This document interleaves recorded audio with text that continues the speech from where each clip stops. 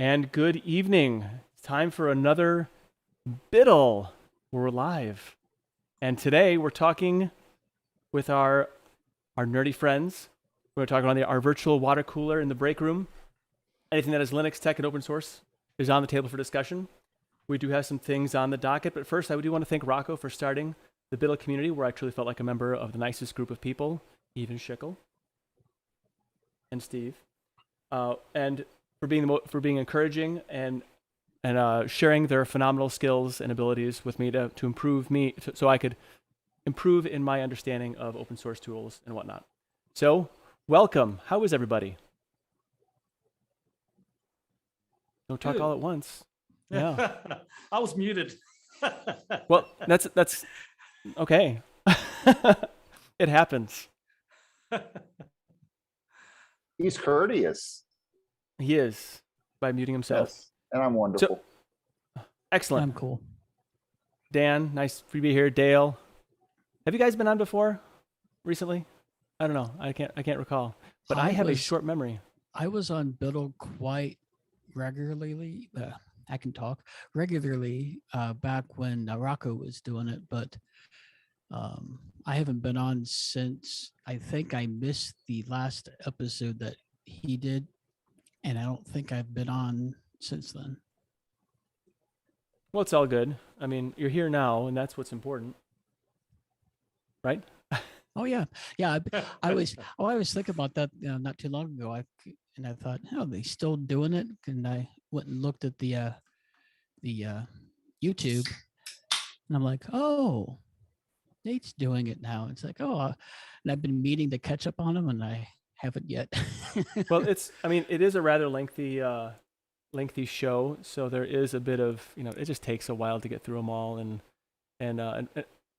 frankly, I rarely rewatch them, so I don't blame you. Well, what I'm going to probably do is play them while I'm driving, because I have YouTube, what they call, whatever Google's calling their premium YouTube thing, YouTube Plus or Premium or whatever it's called. But I can close my screen of my phone and I can listen to the YouTube, so I can do that. Well, cool. Yeah, that probably makes it better. Well, I'll often use library for listening if I want to watch some of the things. If they're on both, I'll use library because you can have the thing off and listen to that. Yeah, because I drive professionally, so I will drive 670 miles in a day. So woo! That's a lot of miles. I subscribe to about 32 podcasts, and when that runs out, I try to listen to longer format YouTube. Okay. With my phone locked, because you don't want to be watching that while you're driving. And then when that is done, I listen to my music. Yeah. Well, if you make a playlist of the Biddle, since I've been doing it, this is I think number 12. I think that I've done now. It'll take you a while to get through them for sure. Audiobooks work real well while you're driving too. They're a great source of entertainment. They are. I worked for 14 years, so that's what I did a lot of. Yeah, I don't know. I've never got into the audiobooks, oddly enough, because I always would find something to listen to. Like, I've listened to the first season of Command Line Heroes, and then for some reason I forgot about it. It's a production of Red Hat, and I saw that they're up to season 7. So in the past month, because I work for 4 weeks, and then I have a week off. This is my week off. I go back to work Tuesday. And so I binged on 7 seasons of Command Line Heroes, which if none of you have listened to it, that is a great production. I mean, there's some things I even learned about it. My favorite, I think, was season 6 or season 7, where they talk about the birth of the creation rather of ARPA and how it evolved into the internet. That's cool. You have to look that up. Command Line Heroes. I may have to add that to my list podcast to go after. I have a quite an extensive list of podcasts that I listen to. There's some that I'm not good about staying on top of, but there's but some of them, what I'll do is I'll I'll wait a few weeks and then I'll binge them, and I'll wait a few weeks and I'll binge them, which is kind of what I do. Not sure if it's not a good way to stay involved in the community, but it is what it is, I guess. Terrible statement. It is what it is. I apologize for saying that. I say it all the time. Yeah, well, you should apologize for saying it too, I guess. Well, I know English and I know bad English, so I've been able to manage myself the past 47 years. Yeah, I'm not the best at that, so it's a challenge. Words are hard. Words are hard, especially saying them correctly with the right what is it? Oh, Wendy, help me out here with conjugating them correctly in the right with using the right tenses all the time. There we go. All right, so speaking of challenge, this week's challenge was or not challenge, exploration. Exploration. Yes, you can feel free to interrupt at any time. Talk at will. Is anyone here named Will? No. But our distro exploration was Elementary OS version 6. So it just came out recently, and there was a lot of excitement on the interwebs about it. A lot of people hammering and clamoring about it. So I think it's good. BDLL has a history of being like a resource for really hearing what users think about different distributions, and so I'd like to get back to doing that, but not so much a challenge, just like an exploration, just kind of dipping your toes into a distribution, seeing how you like it and whatnot. So I have some rules though, so we're going to do things a little bit differently. This is a discussion, and by which it's an objective and constructive discussion about a product or a distribution in this case. So non-objective opinions, like this is garbage, or fill in whatever pejorative you'd like to in there, is not gonna fly. The reason being is it doesn't help for someone to listen to this back. It doesn't really help them to make a decision. Just because if I think something's garbage, that's not it's not beneficial to anybody. So, but if you do say instead, I wish it had this feature or that feature, or I can't do X, Y, or Z with the piece of software, that is totally cool, totally acceptable, and totally understandable. So use something more like that. And so what I would like to do is make this a beneficial conversation. The point is to highlight the positives, but not ignore the lowlights of the project as well. So remember, this is a labor of love for some people who've really poured their heart and soul into it. So I don't want to poo-poo on it. No one's going to poo-poo on it. But to say something objectively isn't good, and this is why, that's awesome. Because then they can say, well, we didn't do it for one reason or another and whatnot. Maybe someday we'll ask maybe do like Rocco. He was a pro, so he would actually have the people on there. But I'm trying to get my podcasting feed underneath me, or my live streaming feed underneath me. So one step at a time. I'm a slow learner. So does anybody understand like the rules? I'm that unfun guy at a party that has rules. What can I say? All right, so we're going to break it down first. We're going to start with the installation process. Now, I know, Chickle, you've installed this numerous times. How do you feel about the feel about the installation process? Do you think it's something that what is your experience? For me, it was significantly improved over previous versions of the OS. I know with previous versions, there was a lot of steps that you took before the install or during the install that left you with the system with a configured user and all of that.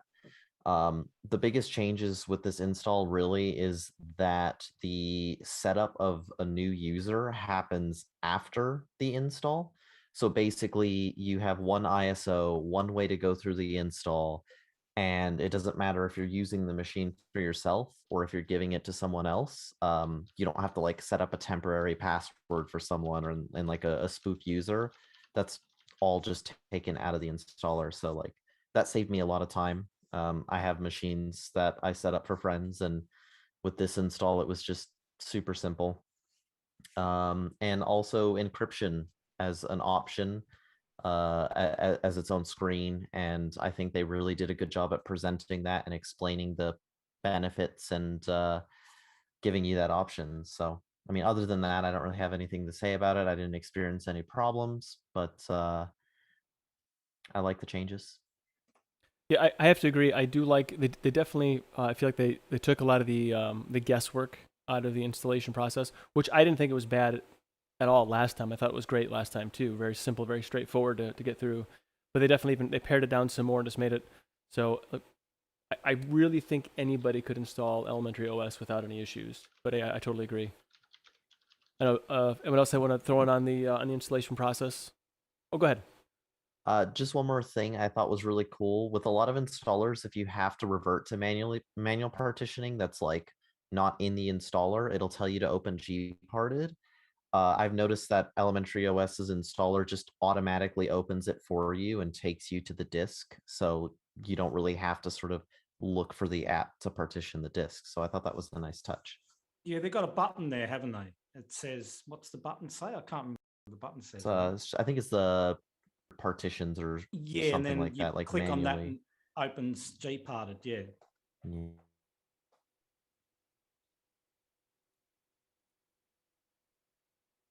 So, are you waiting for someone to talk, or? Yeah, go ahead.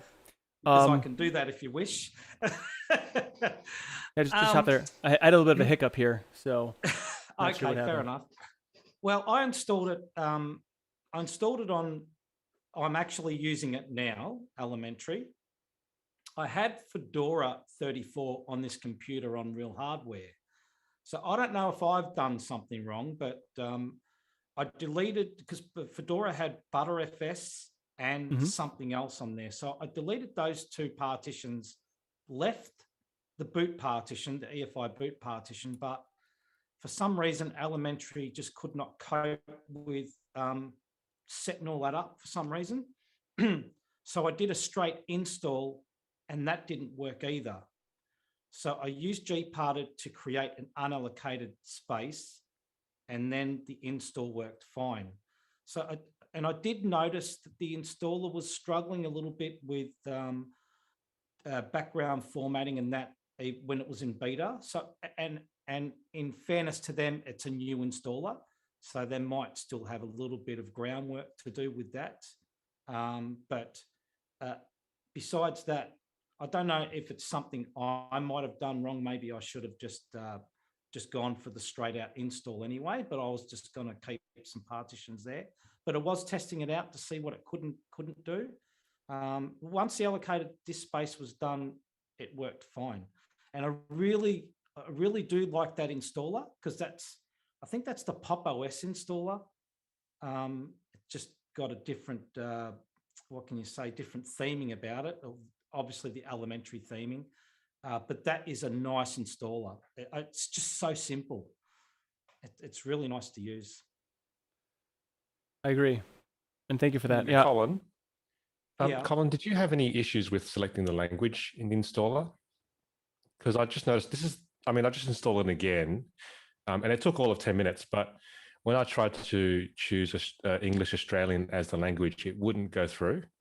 No, I had no problems with that. Okay. It did after another couple of minutes, but when I tried the other languages, it would be fine. Then I'd go back and try and click Australian English again, and then it would work. English? Yeah. Yeah. Thanks, Peter. Aussie English. We talk Aussie Yep. English. I think they speak crikey. It's called Ocker. Yeah. Oh, Well, I guess I'll go next. sure. Fire away. VirtualBox and I have never gotten along really well, and I attempted to install it on VirtualBox first, and I went through it the first time, and after some fiddling, I got it to work. The install went fine once I got past my VirtualBox issues.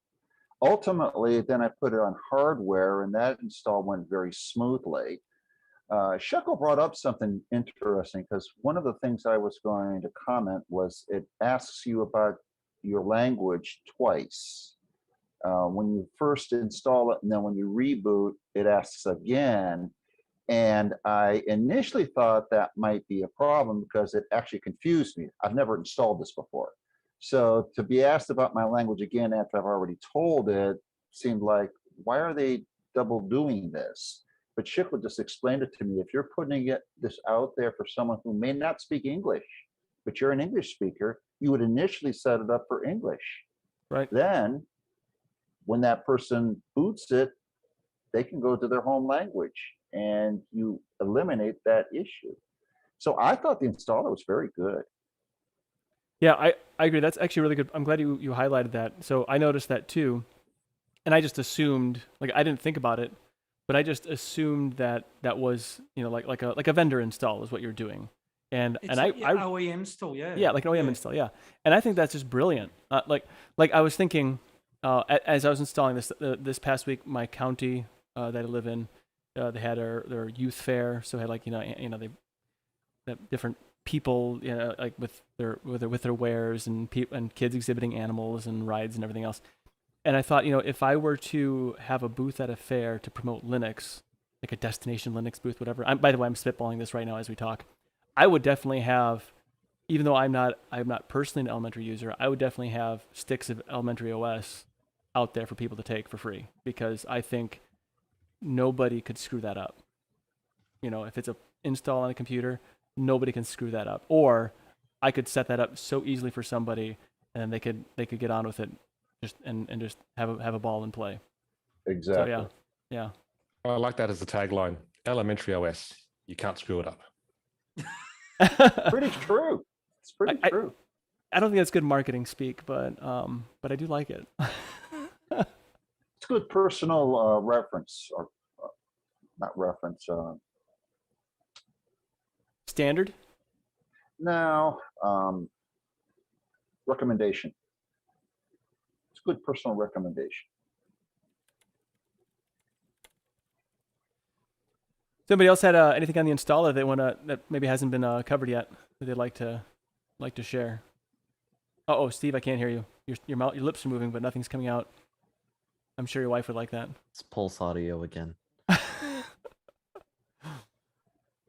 Pablo control gets to run that real easy. We're all loving it, actually. It's a little precarious at times, but like if you get it set up and then you don't touch it, it's fine. It's like ever build like houses out of cards, like with your kids, whatever. You build like a house of cards. It's like that. And once it's there, as long as the wind doesn't blow and you don't touch anything, leave it alone. Bam, it's perfect. Don't mess with it. I had actually been on Windows for, it's been like 4 months now until the release of OS 6. So coming back into it, I totally forgot about all of my Pulse Audio configurations that I used to have, including the like automatic noise suppression and like gain control. So that's going to be a fun adventure for me. Well, apparently Pipewire's meant to be pretty good now. It's meant to be doing a bit better or something. Maybe this time, Shippo, you should document it. That's a good idea. That takes work and time. So it does. Let's not put the cart on top of the horse. Well, we can come back to you, Steve, if you can kind of get it all worked out there. But anyone else like Wendy or Peter, if you have anything you want to throw in on the installation process. I could add my oh yeah, of course. My experience on that portion of it. I've never used it before, so I'm new to it. And also to disclose, I've only had it on this laptop since this afternoon when I found out about the review that you were doing tonight. So I haven't had the experience that I want to have with it, but I can just tell you what I found with it. I had the Slackware 15 beta on there previously, and I had Netrunner do booting with it since it was a review I just finished doing, and I just burnt the disk, or not burnt, old school, burned. You can't burn the USB, but you write the USB. But burn's fine. Yeah, burn, yeah. Nomenclature. But I started it up, and like everyone said with the install, is like a Pop! OS install. Very clean, no problems. I was tripped up too, like Don was with the asking me the language again. Then I realized, oh, it's an OEM install. Okay, because at first I thought, did I not do that already? Exactly. And so I said, yeah, filled it. The other thing I noticed, and this is probably because of I'm a more advanced users, and I'm used to installing OS or distros like Void or Slackware and other ones like that, where you have to do more granular type things like, what is your host name? What is your domain name? Excuse me, and stuff like that. So that was kind of different because I actually had to go down to the terminal and do a host name and a uname to find out what they actually named the computer. And it was basically, it's a T430. So it basically called it ThinkPad T430, then a whole bunch of random characters after it. But in any case, one thing I noticed about the installer, since I had the other, and I didn't want to wipe out the Slackware yet because I'm still trying to use it for a little bit. And I had to reboot, and I had to go and write down what drives like SDA2, SDA3 were being used by what, because I couldn't figure that out even with the gparted when it popped up. So after I knew which ones not to clobber, I did, once I figured out how to use it, it was actually kind of intuitive, not really intuitive, but kind of neat. How would you had the listing of your entire drive space, and then it had the different colors, and it had the color code of what it was above it. SDA1 is this color, SDA2, and it'll show the label of the partition in there, so you knew which one you're doing. Well, when you clicked on it, it said, do you want to use this one? And it had a slide box, and you just clicked it, slide it over, and it says, okay, what do you want to use this for? And it had the listing of the file systems, and you didn't have to choose it if it was, extend for, defaulted to that.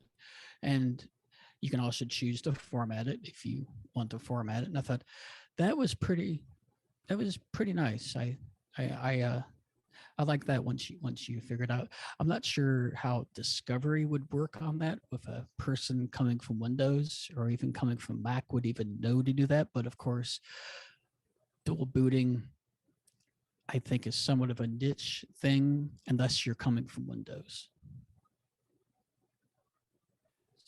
Yeah, and I wonder how nice it would play with Windows. Did anyone try dual booting it with Windows? Oh, the shickle. So how did that work out? So far it's been all right. While Pop! OS and their installer default to system deboot, I think it was, Elementary OS still uses Grub, and while I will complain about Grub all day long because I just like to complain about stuff, it actually works reliably. It does the same thing that it would do with in like Ubuntu, so it's basically the same kind of configuration. So it's consistent in that regard. I haven't had any issues. That's good. That's really good news. I don't have anything that runs Windows, so I couldn't test that.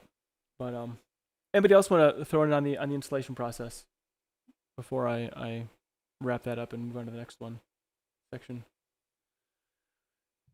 No.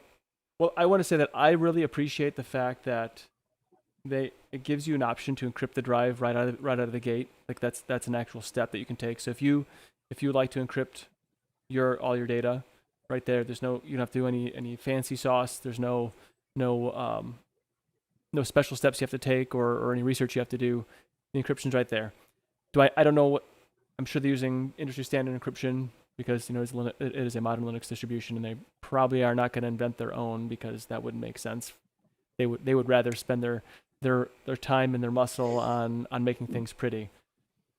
So Steve, can I hear you now, Steve? Can you hear me now? I can hear you. Yay! I was on the wrong Zoom. I was on Chrome's app. Oh, well, there you go. Don't do that again. Well, thanks for being patient. As far as elementary, I just have been in it a little bit. I think I installed it Wednesday. I did notice it was probably one of the longest time to get to the live USB. Right. It did do that long check. It yeah. takes a long time. But once in the installer went really sweet. I don't do any, I just let the installer do the partitions. I don't set up any partitions in that. As far as the use scenario, I mean, it's something that I actually, in the first 15 minutes of looking at it, I wouldn't really use. There's just a few things different than what works in my workflow. Can an average user or a new user use it? Yeah, possibly. I mean, coming over from Windows, now you got to get used to the close on the left side of the screen and the right, minimize. I get their, what they kind of want to do. But also the super key brings up the key binding menu where you have to, if you want the application menu, you have to hold the super key and the space key to get at it. I think most users, even coming over from Windows, would just be used to hitting the super key. That's a little different. I mean, I like the theming. The shop. I think some of that's a great idea to try to get developers their due. I like Pop Shop, and it's not undifferent than Pop Shop. We'll get to actually all the other stuff too. I just want to break it down like by section. Okay. Oh, sorry. But yeah, so no, it's okay. I wasn't sure how much I missed. Yeah, no, it's right. So I want to start. Okay, so after the installation process, you're presented with a very nice desktop, and one thing that I really appreciated about it is right out of the gate, it gives you some options. Kind of gives you a quick little tour and so forth, and gives you an option to go light and dark as far as your theming goes. And so, of course, I chose the dark theming because my eyes and my headaches. Not getting too bad because of dark themes, but it was right there, and I could go ahead and configure things. And also I want to get into like the default applications that came out of the gate. So how did you, and whoever can hop in here, how did you feel about your onboarding process and the default applications they gave you? Okay. I actually like it, but from a different perspective than my use. I suspect this was designed not for us at all. This was designed for somebody that's got a fear of technology and a fear of the complicated. And if you've ever had to support someone like that, this would be a gem. Take a user that just wants to go out online and wants to do their shopping and do their Facebook and whatever else. This is perfect. And it's very difficult just using what they give for them to screw this up so bad that any of us could not fix it. Where in a typical Linux situation, it could get dicey. So where I think this is pointed, and I love it, is the idea that this is pointed to the person that has screwed up so many times and has borne the brunt of people looking at them like they're crazy and like they don't know what they're doing and are so afraid to touch a computer. And here is something they can use. And I mean, even to the browser. That browser is about as simple as you can make a browser on the outside and still use it. It has a simple bookmarking system that I could set up easily for someone else to bookmark their favorite places. They could go there and never get lost. And on that score, I think it's great. It's curated. The whole thing is curated on that basis. They put software together so that it's simple. All of their interfaces are similar for everything. And while I understand what Steve said about, the close is on the left instead of on the right and all that, they can get used to that. The simplicity, I think that's awesome. Yeah, I think that for sure. I think you pretty much hit all the highlights of the interface as far as what makes it unique and usable in its own way. Now, the email client that they bundled in there. Now, I actually had a great experience with the email client. Like, it was just, to me, the email and the calendar was just absolutely just perfect. Now, Schickel, that was not your experience, from what I understand, that you had some difficulty with some things. Yeah, there's a couple of quirks. So I really love them. I know calendar hasn't changed too much from the previous version. But new in elementary OS, the mail client was actually completely rewritten. So adding accounts and stuff doesn't actually happen in the mail client. It happens in the system's online account settings. And it works really well for me so far. I was able to add my accounts and pretty easily sync all my mail.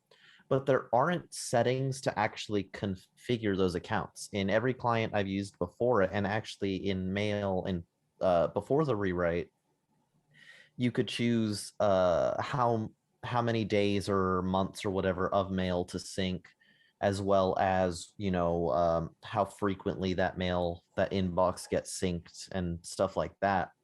But currently there are no configuration settings for online accounts whatsoever. It's either you add it or you remove it, and those are the only current settings. I'm pretty sure it's being worked on, but at the moment there's no settings present for that. So typically I do adjust my sync times, and I typically set my mail to download everything. But because there are no settings, I have absolutely no idea what the limit is or how to set it. So the other thing, sorry. No, see, I didn't dig into that too much so much, but yeah, that is interesting. What you say, Colin? They have CalDAV and IMAP. Mm-hmm. You're aware of that? Yeah. Okay. Yeah. So that was actually the other thing that confused me is with calendar, adding calendars via CalDAV is a little confusing to me, especially because like I'm a Google guy. I use a Google Calendar. So like I don't actually know how to use a Google Calendar. Like I tried going to the address that every like how-to site said I should use, which was just like google.com/calendar/email address/events and all that. It never worked for me. But then I found out that inside the calendar app, like with previous versions of elementary OS, you can actually add a Google account specifically in the little settings thing. So the workflow between adding an online account in one app to another is currently inconsistent, and that threw me off. So I mean, I like it. It works once you get it set up, but I feel like they might need to rewrite calendar to reflect the same behavior at some point. And I think it'll all boil down to getting those account configuration settings fleshed out. My experience with the mail client was not the same. I played stupid and just went in and put the stuff in they asked me for and hit the button that was to my Google account. It wouldn't work. And I didn't do the research to try to make it work. I just wanted to see if someone who knew nothing about IMAP or any of the other stuff, if they could just get it to work out of the box, and not. Out of curiosity, do you have 2FA enabled on your Google account? No. Okay, because I know currently if you do, you have to create a app password or something like that. Possibly. I generally just go straight out there anyways. I don't really mess around with the email apps anymore, because it just does the job, and I can just log in off of a browser and it's done. But in this instance, I mean, it's been years since I played with one of these anyway, so I'd have to do a little research to figure out how to make it work. And I didn't want to do that because I saw this as something for someone who's not techie. And so I wanted to play not techie just to see what would happen. So for me, I went through and because I know my IMAP configuration, like it just lodged in here. I don't have to think about it. For me, that was very easy to do. I just, typed it in and went away. Now, what I did notice different, like since I just set up Kmail on my new machine here, and when I just gave it my email and username, it was able to, I think it pulled some database at Mozilla, and they knew it was hosted by private email, and so it actually filled in all the information for me. I had to put the information in for this, but to me that was a luxury item. That wasn't a requirement, that Kmail gave me. So But nonetheless, I thought the mail client was great. It was very simple to use, very easy. It very quickly pulled the email, my recent emails. I didn't actually look to see how far it dug into my emails, but I do organize them. Generally, I organize them out anyway, so it's not a huge deal. But it was interesting to see, and I was actually rather impressed with it, quite honestly, and it looked good too. They took a lot of time to make sure it looked real nice. Did anybody else try the email client? And I think most people would probably just use the Google, the Gmail suite, the Google suite anyway. So I think that probably not a huge deal, if the Google's for most people. I think in terms of overall, I think the default app selection itself is pretty good.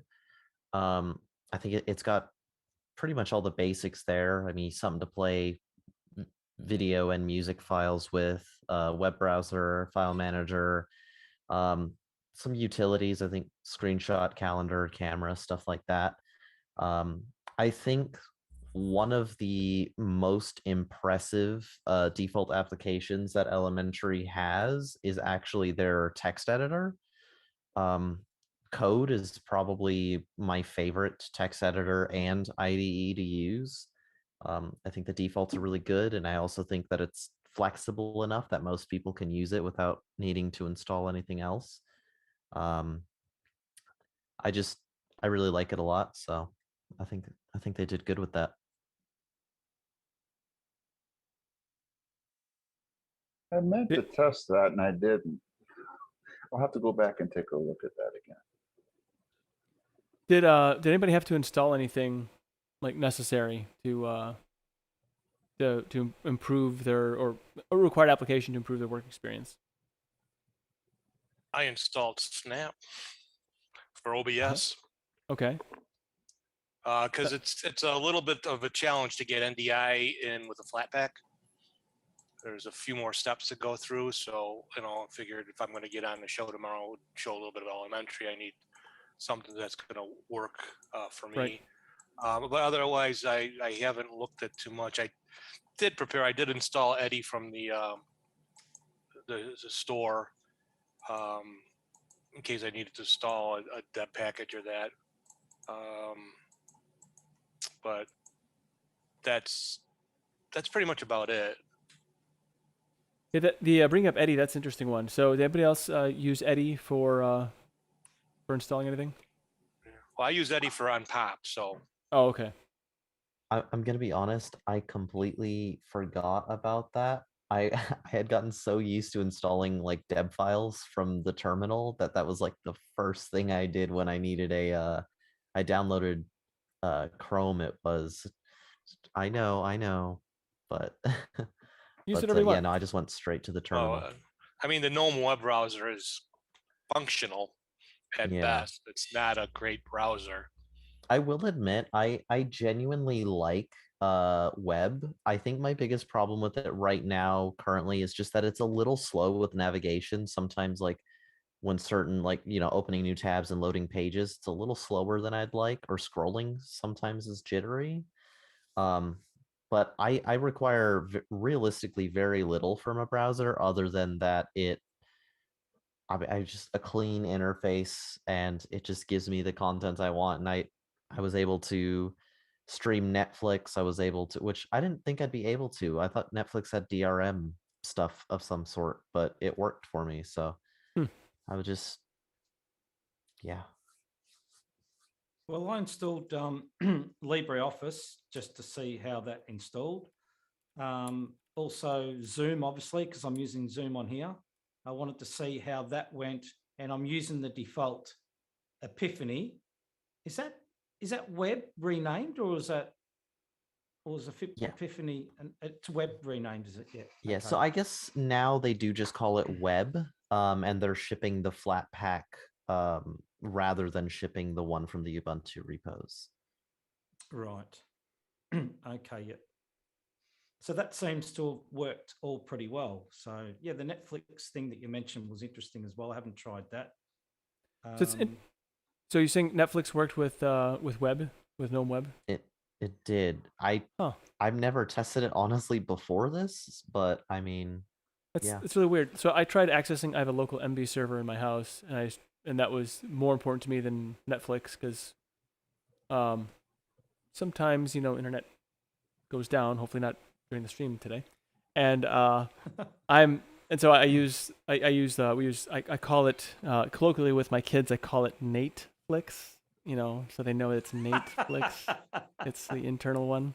I'm gonna tell that joke probably every week. So anyway, they'll go to that. And I have a lot of I have a pretty large collection. In fact, I got a bunch more movies real cheap recently, so I've been ripping those on there. And I just got War Games, so I'm really excited about that. But that is totally an aside. So web could not load my it would start playing, but then I just hung up and then died on me. And so I don't know what was going on. Why it couldn't stream my MB, but it couldn't do that last time either. And I don't understand why. Like it would play YouTube, but it couldn't do MB. And I don't know if maybe there's something wrong with MB or maybe it's speaking a different language. I don't know. But look into that. Yeah, but I installed Firefox, using a Flatpak, and that solved that problem. So, I'm actually surprised that because Elementary is using, excuse me, web. I'm surprised they didn't come with a maps. Isn't there a maps? Is there a no maps or something like that around? Or yeah, there is. I'm surprised it didn't come with that because I would have thought that would be something that you would need instead of like tagging onto Google or something like that. So probably not something really needed, but the one thing I didn't like about using Firefox in Elementary was Firefox for whatever reason didn't use the dark theme from Elementary. Like it used the light theme, and I don't know if there's something wrong with our Firefox or maybe it's a FlatHub issue or Flatpak issue. I don't know what it was. It had all the buttons right. Everything looked good, and as far as like the theming of the stylizing of it, stylization. What's the correct word? I don't know. But it didn't have the dark theme. If it would have had the dark theme, it would have been like peas and carrots. It'd been great. Speaking of not having dark theme, I went a couple of steps further and installed KDE out there just for kicks and giggles. And I had the same problem with KDE. Apps would not come up with dark theme at all. So there's something going on out there where we're missing something out there. it's a flat pack. They're the Flatpak problems, I think, because my LibreOffice is also not a dark theme, but I have dark theme set in Elementary. So I believe it's a Flatpak. So this is why they say this one Flatpak. When you install something from the Elementary store, it says it's not a trusted app and so forth. They don't support it.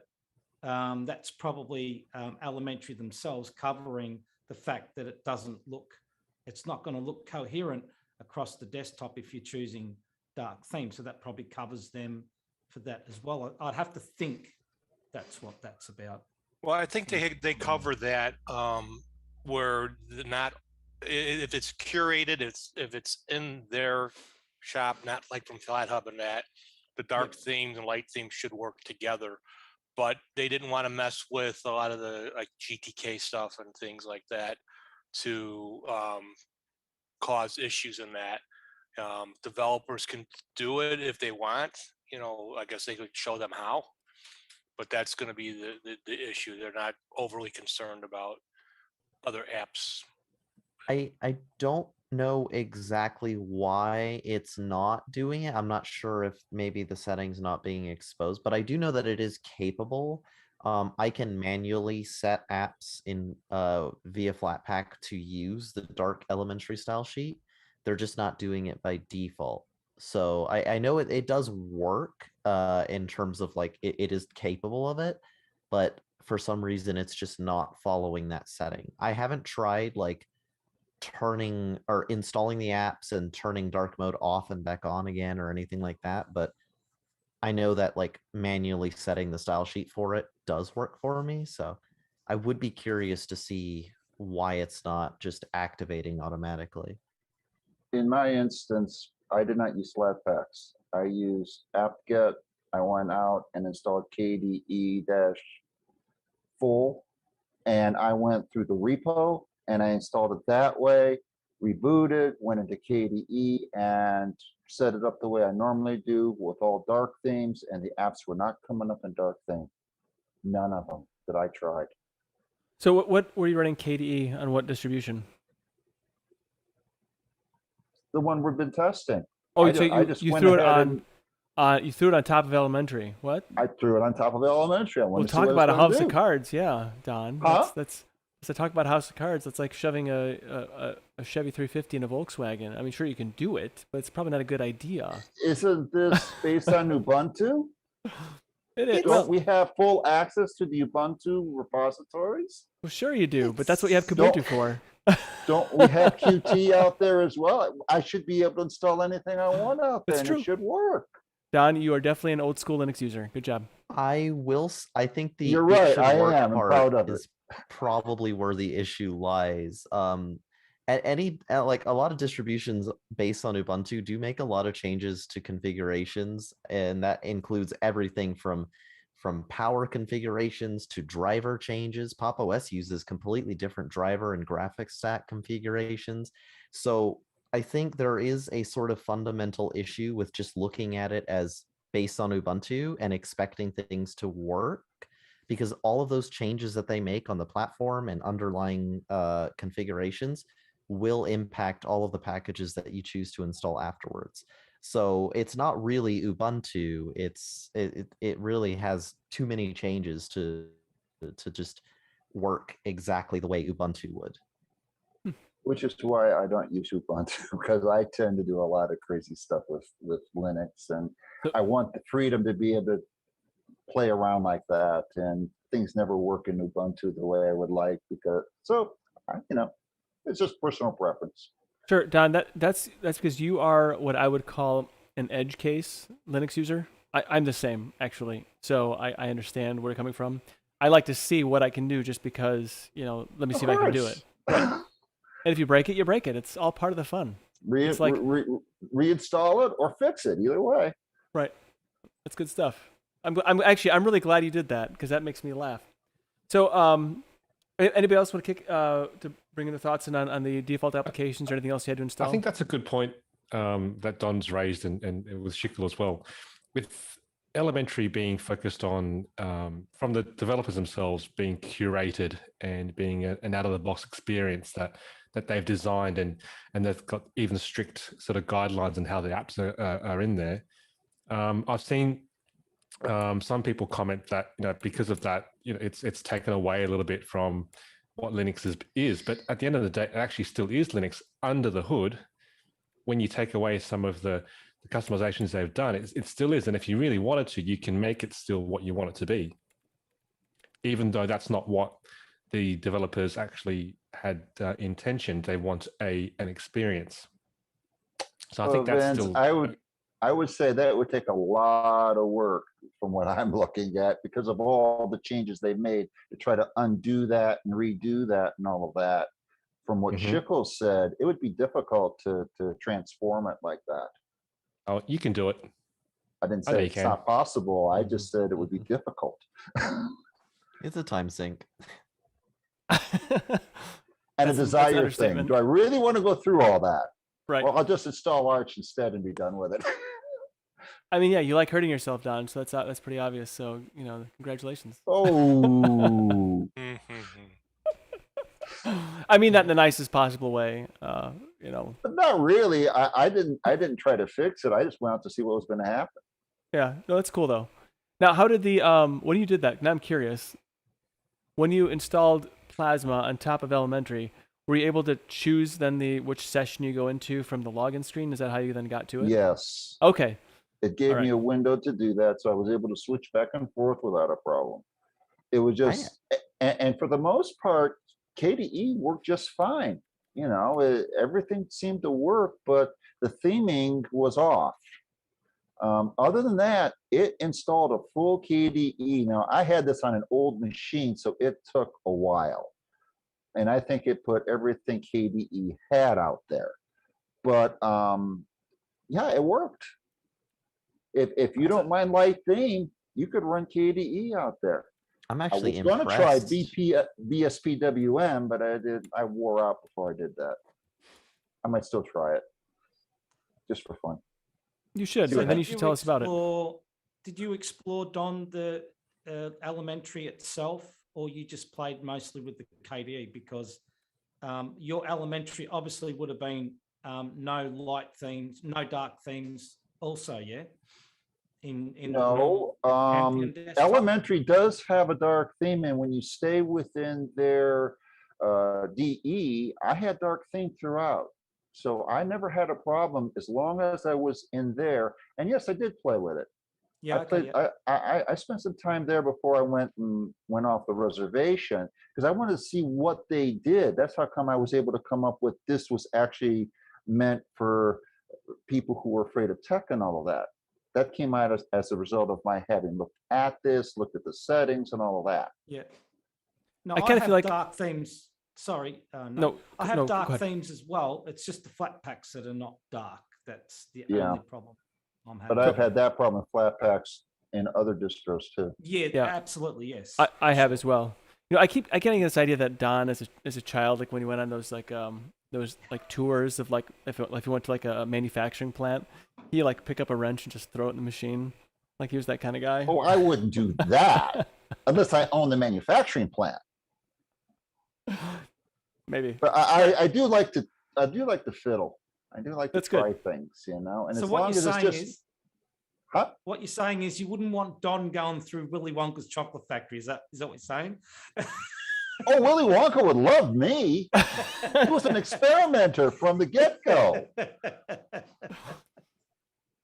Oh, that's funny.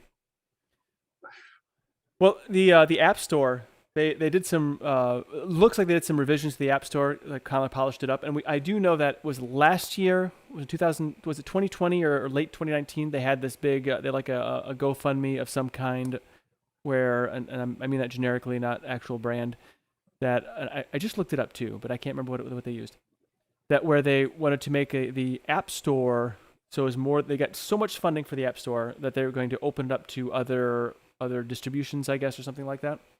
And although I haven't seen that yet, it does look like there's a lot more applications in the App Store than there were a couple years ago. It looks like there's even more polish to the App Store. The installed and doing updates was a very commercial feel to it. I did notice. So I want to know if anyone else had any other thoughts on the App Store and how it's developing. Well, I thought Pop was basically they had worked together with elementary and the stores, because the Pop store is not very close to being just like elementary. Their Yeah, update package is excellent. And it really is. The Pop Shop is a fork of the Elementary OS App Center. Okay. Well, it's good to know because well done. I think one of the honestly, in terms of like updating stuff and installing stuff, one of the biggest improvements I've noticed is that when I do want to update stuff, I have not had to type in my password, not even once. Like I literally just hit update, and whether or not it's Flatpak updates or actually like underlying system updates, it just works. I feel like as a user, you should never have an inconsistent sort of prompt, right? Like if I choose to update one thing and I choose to update another, it should never be different, right? It's either an update or it's not. And if I'm not allowed to do it, why even show it to me? So the fact that updates are just one click, it can do the whole thing, both Flatpak and the underlying repo stuff. That was a huge quality of life improvement to me. I've just got a couple of questions on the App Store that Chickle might be able to help me with. Now, they've got some paid apps. Now, are they specific to elementary developers or some of those paid apps? Because the rest of them obviously are Flatpak, right? So there all of the apps published in App Center can be pay what you want. So if a developer makes an app, they basically suggest a price and you can change whatever that price is.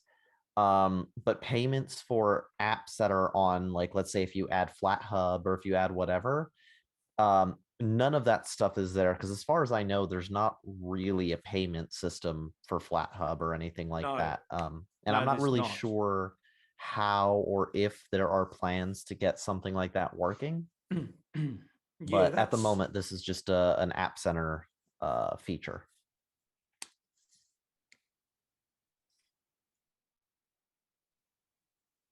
Yeah, okay, fair enough. I was I'm just confused as to why they've gone flat pack, which seems to be a little bit outside of their paradigm when it comes to supporting trusted apps and that, which I would have thought that within the apt, it would have been more trusted than say Flatpak. Not And- necessarily, No? because nothing really changes in regards to the trust level. So like the best way for me to put it is that if a developer decides to design an app using their SDK and publish it on App Center, it doesn't necessarily matter whether they're using the Ubuntu repos or if they're using the Flatpak repos, because it's essentially the same process. The difference is that with the Flatpak system, they can now use these libraries and packages that are independent of the underlying distro, so that way they can update faster. They can make use of Flatpak things like permission systems, you know, like whether you can deny it access to certain devices or folders or whatever. Right. So it's not necessarily the Ubuntu repos aren't necessarily more trustworthy than apps that are published on Flatpak or FlatHub, or not FlatHub, sorry, on App Center as a Flatpak. So the format changes, but it doesn't necessarily mean that it's less trustworthy in any way.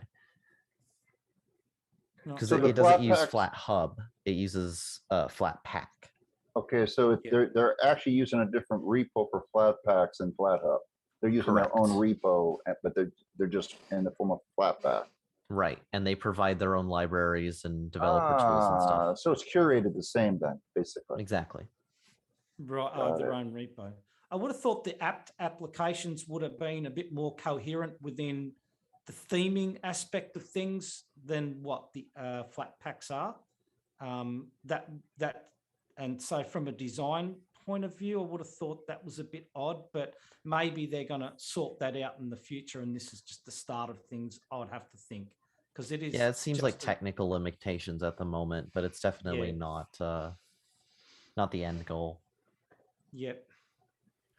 I have to say, and I will say it, I don't like the way they've put untrusted app. If they're, I don't know what their target audience is, but if they're gonna put all these untrusted apps and click and say, I can't remember what it says now.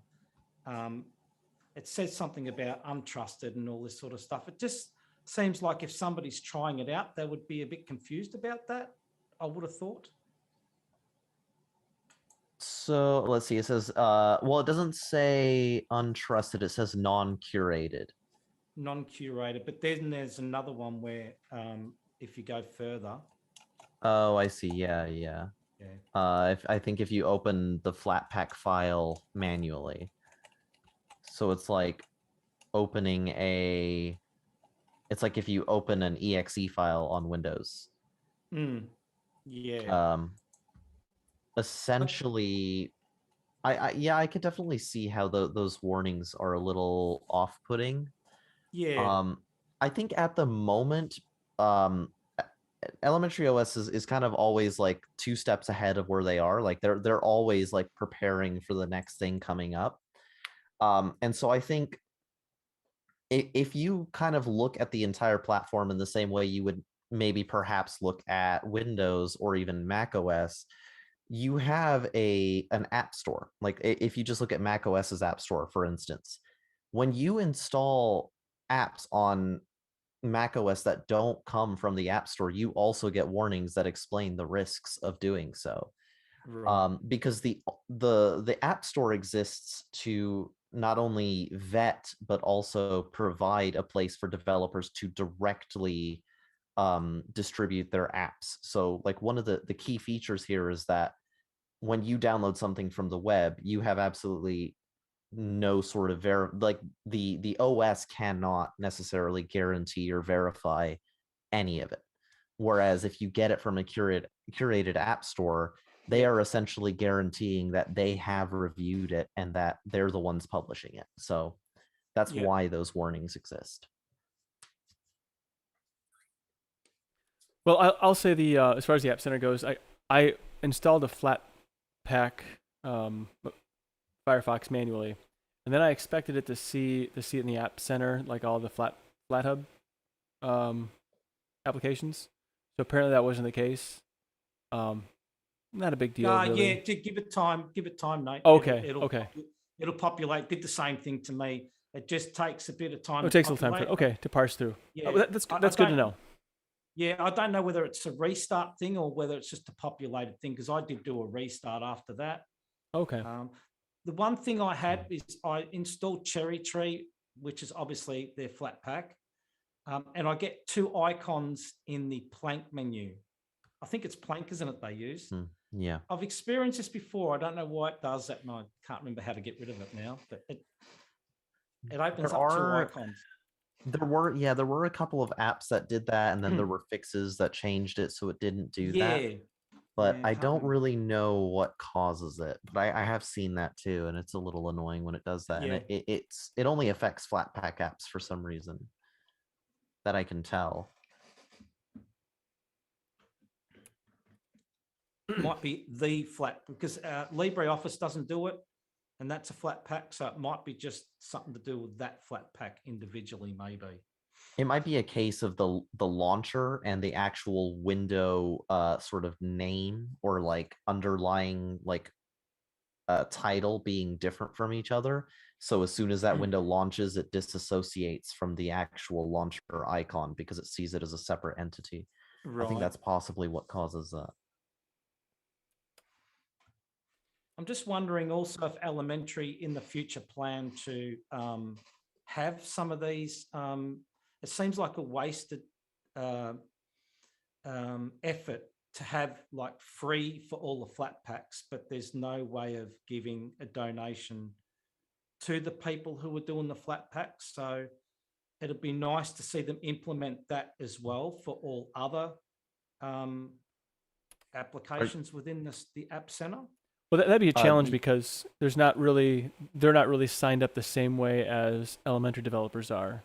Because the people who develop for the Elementary App Center, they know this is part of it. A lot of times, stuff on FlatHub is just thrown on there, so it's not curated in the same way. I mean, but I agree, it would be nice if there was a quick and easy way to donate. I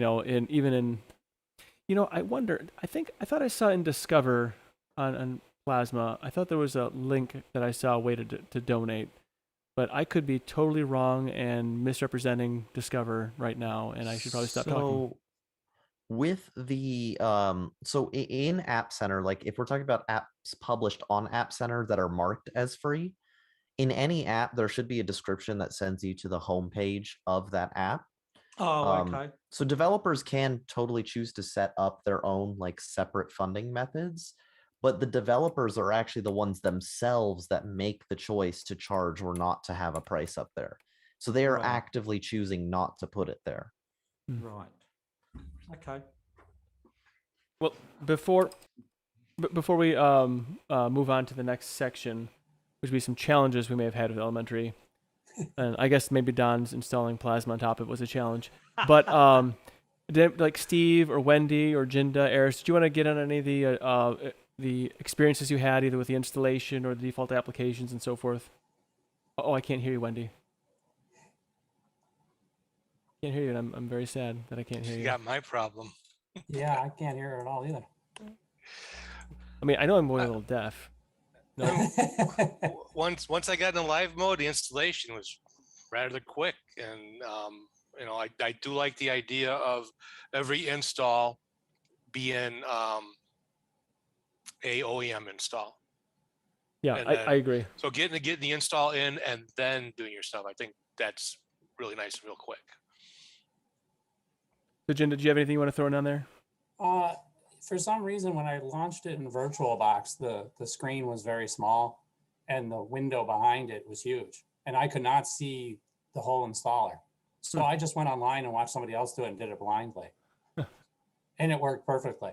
I lit it up. I took my flash drive, my hard drive out of the computer and plugged it into the hotspot, lit it up, and everything's absolutely gorgeous in this beautiful system. And the first thing I installed was Clementine, a Flatpak, and I installed Firefox. For some reason, Firefox did not launch its beginning menu to say, hey, do you want to go to dark screen or dark mode? I don't know why. The corners were sharp until I put it on top of Clementine. Then they instantly went to rounded. When I right-clicked on the desktop to change the wallpaper, there'd be a line that was left like it was like an old Windows 3.11 machine. Either something was wrong with my hardware or my settings. I'm not sure exactly what it was.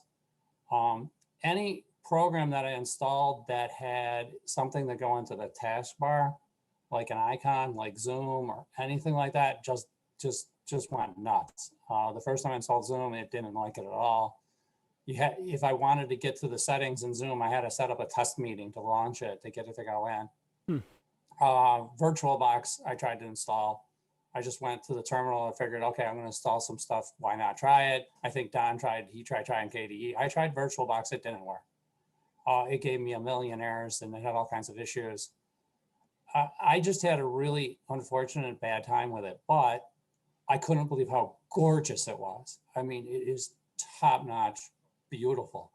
And it's so beautiful, I could probably put up with all these issues. But then once again, I think Colin keeps pointing out, who is this distro for? It makes no sense of who it's for in my eyes, because when I looked at it, there was no terminal in the dock and there was no file manager on the dock. And I thought that was kind of odd and confusing to me. If this is somebody for some kind of person who's like a beginner or something, they're just going to have a hard time trying to figure out how to fix all these things that I had problems with. And then if it's for some hardcore guy, the first thing he's going to want to do is open up a terminal. And I had to go through a menu to find it. I don't know. I just thought it was kind of odd how it was laid out. It's not a complaint. I mean, it was easily fixed. I heard you mention virtual, but wait, was this installed on hardware or was this installed virtually?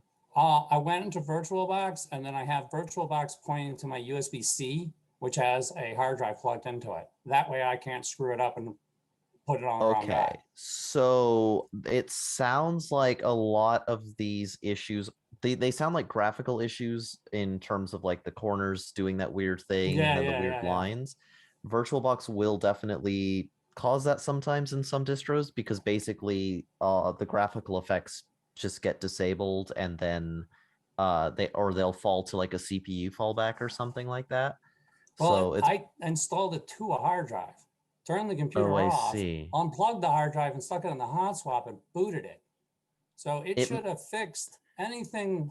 I've never had a distro not fix anything. Sort of. This one. Yeah. Yeah. It is possible though that if it's installed in VirtualBox, all of the settings and configurations for that display stack, they remain installed. So if you install it then on hardware, it might not have the same effect. Right. Yeah. Oh, could have. It very well could have. But there was other issues that I had that were a mile long. I mean, it is so gorgeous though. I mean, you have to admit, this is probably the nicest looking desktop I've ever seen. And I think everybody's going to say hands down, it is absolutely epically gorgeous. And they also give you enough information on how to work it. Like you hit, I think it was escape or Windows button, and all the information comes right up how to work it. Sure, there's a learning curve, but it's there. I was very impressed at how smooth and silky everything did work when it did work. I don't know why VirtualBox didn't work when I installed it at all. It had a number of issues that I tried fixing. I had the same problem with VirtualBox as well. I attempted to hook up my printer because I read about some people having printer problems with this, and out of VirtualBox, no go. I even went into, I have an HP NV 5530 printer, 3-in-1 and all that. And I went to HP LIP and tried and ended up in HP-Doctor. And it was telling me either Cups isn't installed or it's not enabled. Xane is uninstalled. DBus is not installed, all of that. And so I went and installed it on hardware and went to install the printer and it worked beautifully. No problem from the GUI. So I'm not so sure this thing is really enabled for VirtualBox very well. Yeah, I didn't try VirtualBox. I just used KVM, QEMU, QEMU, whatever people call it. It works Kimu. fine. Kimu, that's a fun name. Kimu. I'll say Kimu from now on. Well, Eris, did you want to get in on anything there as far as some of your experiences with it? You don't have to.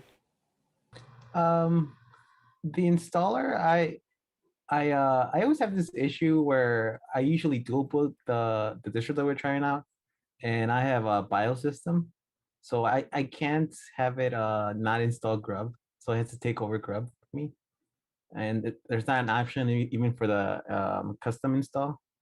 So I wish there was an option there that I could just set it not to install grub or set it to install grub on its own partition, not into the master boot record. So that's an issue for me. On the other side, I do like that they do give you gparted if you want to play with partitions. They don't try to reinvent the wheel there, because a lot of installers have that problem. Once they start messing with the partitions, there's like issues. And if they just give you gparted, you can easily work with that. I had issues with my printer. Usually with Ubuntu based distros, I never have an issue. It picks it up right up. It's a network printer. It's a brother printer. And with elementary, I think I told it to install it, and then it didn't install it. And I told it like 2 more times, and it said it just didn't do anything. Then like 20 minutes passed or something, and it popped up. Then I tried printing to it, and didn't print. There was like some error or something, and I'm not sure why. Because usually I don't need to install printers for that. The driver for the printer. But for the scanner, I always have to install the scanner. I didn't try installing the scanner if it worked or not. Well, cool. And that's like, I was gonna say that's actually a really good segue for everybody. So areas that you found difficult. So you said, what else did you find maybe that was a challenge in running elementary? I think for me personally, the philosophy of giving all those warnings makes sense when when there will be more apps available. Like I think like scanning is something really necessary. I mean, I don't print a lot of stuff usually, but I do scan a lot of things. There's always like a requirement for something to scan something, and there's no app I think for scanning. So if I were to give this OS to somebody else, that's when something they would look for, and then they would have to go and click to say that I will want to install this uncurated, potentially dangerous like what's it called? Simple Scan, the GNOME one. Mhm. That was and stuff like that. So I wish they would like postpone that. I can see where they're coming from, because they want to have their own app store with everything curated, and then they can check the code and approve it and everything. But I think it's a little too early for that. And I also wish that elementary would have a upgrade mechanism, because I can't possibly recommend the distro if you can't upgrade, you have to reinstall the distro, especially to a beginner. That's not something I can recommend. I think Linux Mint has that problem too, because you would have to go into the terminal and do all these commands, versus like usually Ubuntu flavors, there's always an option to easily upgrade to the next LTS. But there are things that I do appreciate about elementary. Like usually when you switch apps, the way they contrast the apps that's being selected to the background, I always appreciate that. I think they worked a lot with fonts and the contrast for like the file browser. That before there wasn't a lot of contrast between the like it was too gray. I think it's blacker now, the font. So there's been a lot of little changes that I do appreciate about the aesthetics of it. Uh, but with those problems, I wouldn't be able to recommend this to a new user, I think, unless like I think somebody mentioned that this would be a good distro for somebody who's just going to surf the web usually, and maybe I don't know, do something like maybe they have their own music, which usually people don't have that because everything's like Spotify or online. So you could probably give them to that though.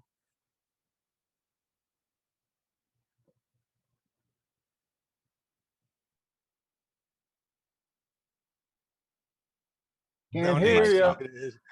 It's going around the room. Yeah, we can't hear you, Nate. I'm was muted because I don't need to hear noises because the kids are running around the building in their little motorized vehicle. So they do that, I think, on purpose. Anyway, well, they can't dance on top of me anymore since there's no floor above here, so they have to do some other way to irritate me. Anyway, so I was gonna say, Eris, that was good information. I was actually gonna say, is there a Spotify app that's in the elementary store? I didn't look at that. I didn't even think of Spotify since I don't use it. But that's actually a good point. You know, like for more elementary Linux users, there'd be some value in some of those maybe staple applications that people use day in and day out, like Spotify and name your poison, I guess. That would make it easier or a better like new user experience.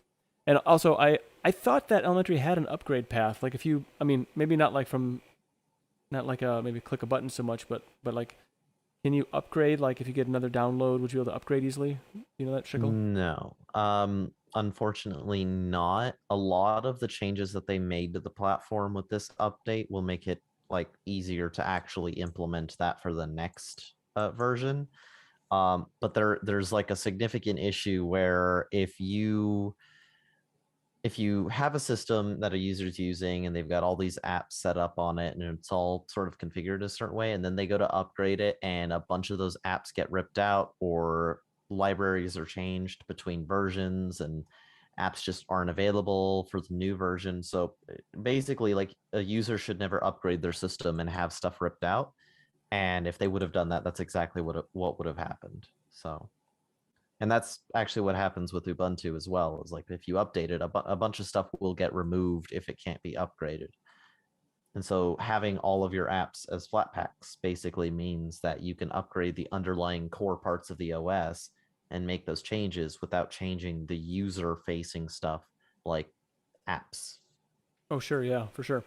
And actually, it's probably a good all the work in doing Flatpak. I know that Dominic Hayes FairNOS, who I don't know if you know, but he's making this. He makes this distribution called FairNOS. He might tell you. He made a mention like he wasn't sure why they use Flatpak or why the use of Flatpak, but I think that it's a great way to kind of hedge your application stack so that you don't have upgrade issues in the future. So to me, it feels like there's a lot of plumbing, a lot of work that went into making this, setting the stage for the next elementary release, as far as making maybe that upgrade path will be easier next time. I don't know. I'm not sure what's on the roadmap. I don't know if you know, Shickle. A little bit. Well, do share. I mean, I don't want to spoil anything. Well, nothing spoiling. No spoilers. No, just. but I definitely know that right now a lot of work's going into refining the current platform. There's a lot of apps that developers are working on porting over. Just recently, actually, Akira, which is an interface design application, probably does more than interfaces. I'm just a noob and don't know how to use it very well. Really, really cool design app. Just got published for OS 6, which is super cool. So right now, there's a lot of things to work on that sort of improve the current state of the OS. They're definitely planning ahead. There's that campaign that you mentioned earlier, App Center for Everyone was the name of it. They did that on Indiegogo. They are still working on fleshing that out and making the App Center platform available to other distributions and users on other OSs. So that is like a huge focal point for them at the moment. So pretty cool stuff. So for me personally, I had some issues with the, I know it's maybe I just don't get the desktop paradigm, but I found like if I had too many windows open, I had some things kind of got messy. Did anybody else have a similar experience? Like maybe I'm just not using the interface correctly, but like I had it was hard for me to, since it wasn't a minimize, I left it and then opened up another one and then kind of shifted around. I felt that was kind of like Workspaces. moving cards on a table a lot. So workspaces. That is the desktop is designed around the workspace paradigm rather than having everything all on one desk, essentially. I mean, you can absolutely do that. I don't like doing that. I'm pretty sure you don't either, having everything like super cluttered and stuff. No. Minimize does come in handy especially if you're used to it. Like it feels weird to not have it there. It does. You guys know that you can minimize by clicking on the icon in the dock, right? Yeah, you can do that, or you can press Super H. There's hotkeys for it. I think you can also right click at the top and minimize or move, resize, untile, hide, and close. Yeah. That's another cool thing, by the way. When you right click on title bars, there's a bunch of new options for changing the window shape or like which workspace it's on and stuff like that. That's new. That's pretty cool. But so basically, the way it kind of works is when you minimize something, it's not necessary or present to be like in that space, essentially. Or this is at least how I interpret it. If something's not important enough to be open, I don't think it should be present with all of my other stuff. So rather than minimizing, I just move to a new workspace and just focus on whatever I'm doing there. I have right now 1, 2, 3, 4 workspaces open. I've got my web browser in the first one. I've got a couple of messaging apps in the second one, Zoom in this one. I've got music open in the other one. And basically anything that I would need to minimize, I just put in another workspace. And it's not necessarily that it's immediately functionally like completely different. I mean, realistically, you can kind of look like other workspaces as a place to minimize stuff. But when you have everything sort of open in a taskbar or a dock at the bottom, and you have like 10 different windows minimized all in the same workspace, I just think that's, I don't know, for me, it's just a lot cleaner if they're separated by what I'm doing rather than just being shoved under the bed, essentially. So it's like an organizational tool, I think.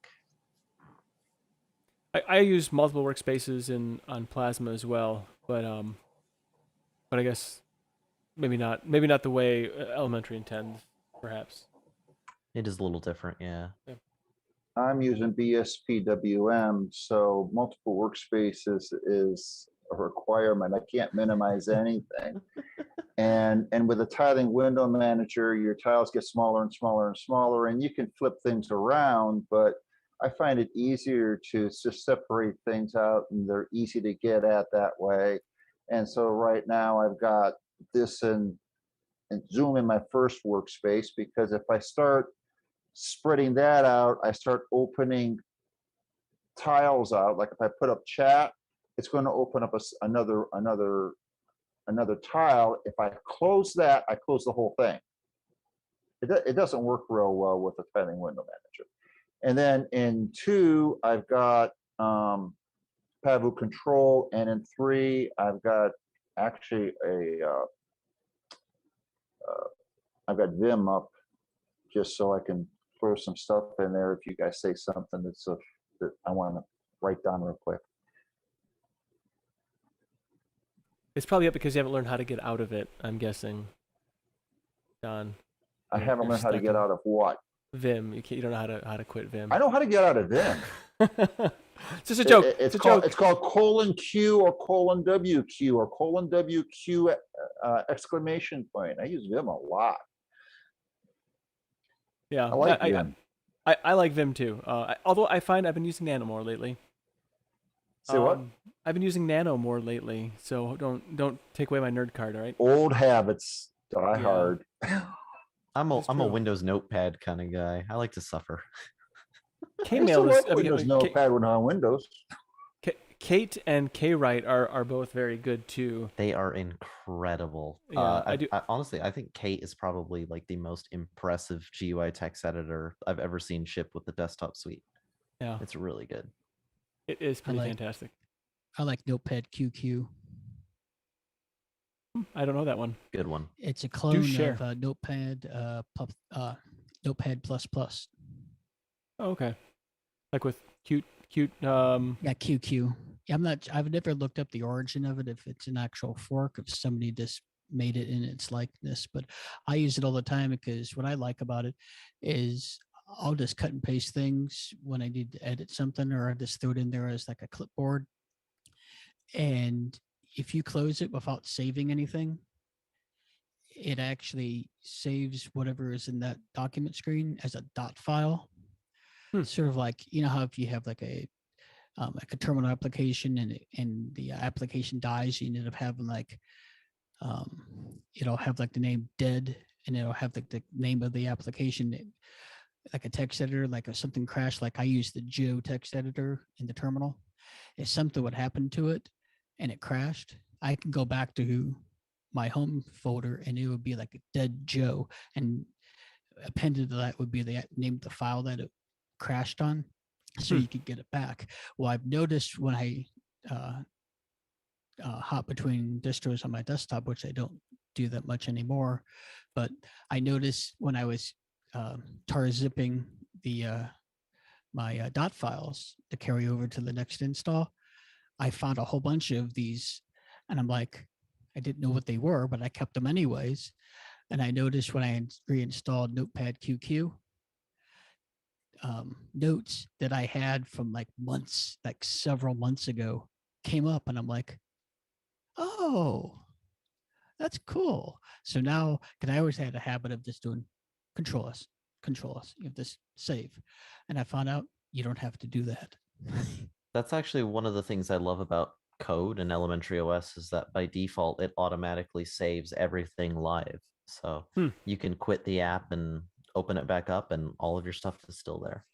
And the other way of Don that I solved the window management problem is this last May. I bought a 49-inch Argon gaming monitor because I don't game. But now that I have, because I had 224s, and then I got a 34, and now I got this 49, and I have to say, I don't minimize pretty much anything. I mean, like right now I'm looking at not full screen, but I've got like Discord, Telegram. I have Zoom over top of my one Firefox with about 8 tabs, and I have the Firefox next to me as a regular 24-inch screen, size to the right of that. And pretty much anything else, I just either do Alt Tab, or a friend of mine told me about a GNOME extension that if you put your mouse down, you can select the hot corner, but if you put your mouse down there, it'll open up the overview and show you everything that's running on the computer. So as a fellow 49-inch monitor owner, I feel you. Yeah, it's so good. No bezel, and I don't care if you've got like the 4mm bezel, whatever. I don't have any bezel. It's not the same. It's like I've got the Jumbotron in Times Square. I am so envious. But I live in a rented apartment and my landlord is strict. You don't mount nothing on my walls, not so much as a picture. I can just imagine what he would do if I put a 49-inch monitor up on one of his walls. Oh, this is sitting on my table. I have no, I'm in the same boat. I have no room for something like that. I'd love to do it though. But you should have seen me. I don't have a small car. I've got a full-size sedan. And I was at Micro Center, and I'm not thinking of how big this thing is going to be because I'm just sitting in the if you ever been in a Micro Center, it's like being in like a Costco or a Sam's Club. I mean, Oh, it's they're wonderful. tall ceilings and everything. So I'm looking at this 49-inch monitor and I'm thinking, yeah, that's only what 15 inches bigger than what I have now. I took the 34-inch home in my car. So I'm like, I paid for it, pull my car up. They come out with this box on this cart. And I mean, literally, I mean, I can't even show you the focal length of my webcam, but you could just imagine like a 4-foot wide box that's like 3 feet tall and about, well, obviously it's 4 feet plus packing the styrofoam. So it's almost 6 feet. I mean, you could probably fit a 4th grader in this box. I'm looking at my car and I'm like, can't get the doors open wide enough. Fold the seats down in the back. Can't get it through the trunk. We're standing out there in the park in the sidewalk. Okay, we're going to tear it down to the styrofoam parts. Nope. Tear it. Finally, we basically had to take everything back, and I had to have a friend who has a van for work come back up there to get the box for me. I hear you, brother. Well, I checked. I only have a 34-inch, so I'm not as cool as you guys. But that's okay. Is I'm it a not curved even screen? that far, so. Is it a curved screen? Do you have one of those? Yeah, I can't remember what the curve is on it, but it's got somewhat. Let's see. I still have the sticker thing on the front here. It's 32x9. Okay, it's 100. Okay, 1800-degree radius. So whatever that means. Right. Yeah. Okay. 1800 millimeter. R. Yeah, 120 1800 hertz. millimeter. Yeah. That's cool. So did anybody else have any anything they want to share on any areas you found difficult with elementary, or any other thoughts at all that maybe didn't make it into the show so far? Oh, well, Pretty cool. Well, I can add one thing that I did in the, I think 4 or 5 hours that I've had with it is one thing I really liked about it that I had to get used to, but it didn't take long, was minimize full screen, closing the windows, because I sort of like the simplicity of the X closes the window and then you've got the arrows pointing out. And when you click it, it turns to the arrows pointing at each other. So you just click one button to maximize and restore. I thought that was a very creative way of doing that. And one thing I didn't care for is the hot corners, where if you go too close to the top, it makes it full screen. That annoys me, but to each their own. I use that in Plasma, so I like that actually. Yeah, I don't know. I don't know. I just used to managing my own window sizes, and it just, and then I have to double click, bring it back down again. But then the other thing I noticed was the Alt Tab is the same. Then you have the old Alt F4 from the old Windows days of closing the windows. I like that, but I do want to say that echo the same thing that that Jindo was saying. For me, like one of the first things I wanted to do was get to the terminal, and I wanted to check the LSB release information to see what it comes up as. Wanted to check uname to see what kernel I'm running. You know, things like that. And terminal wasn't in the panel.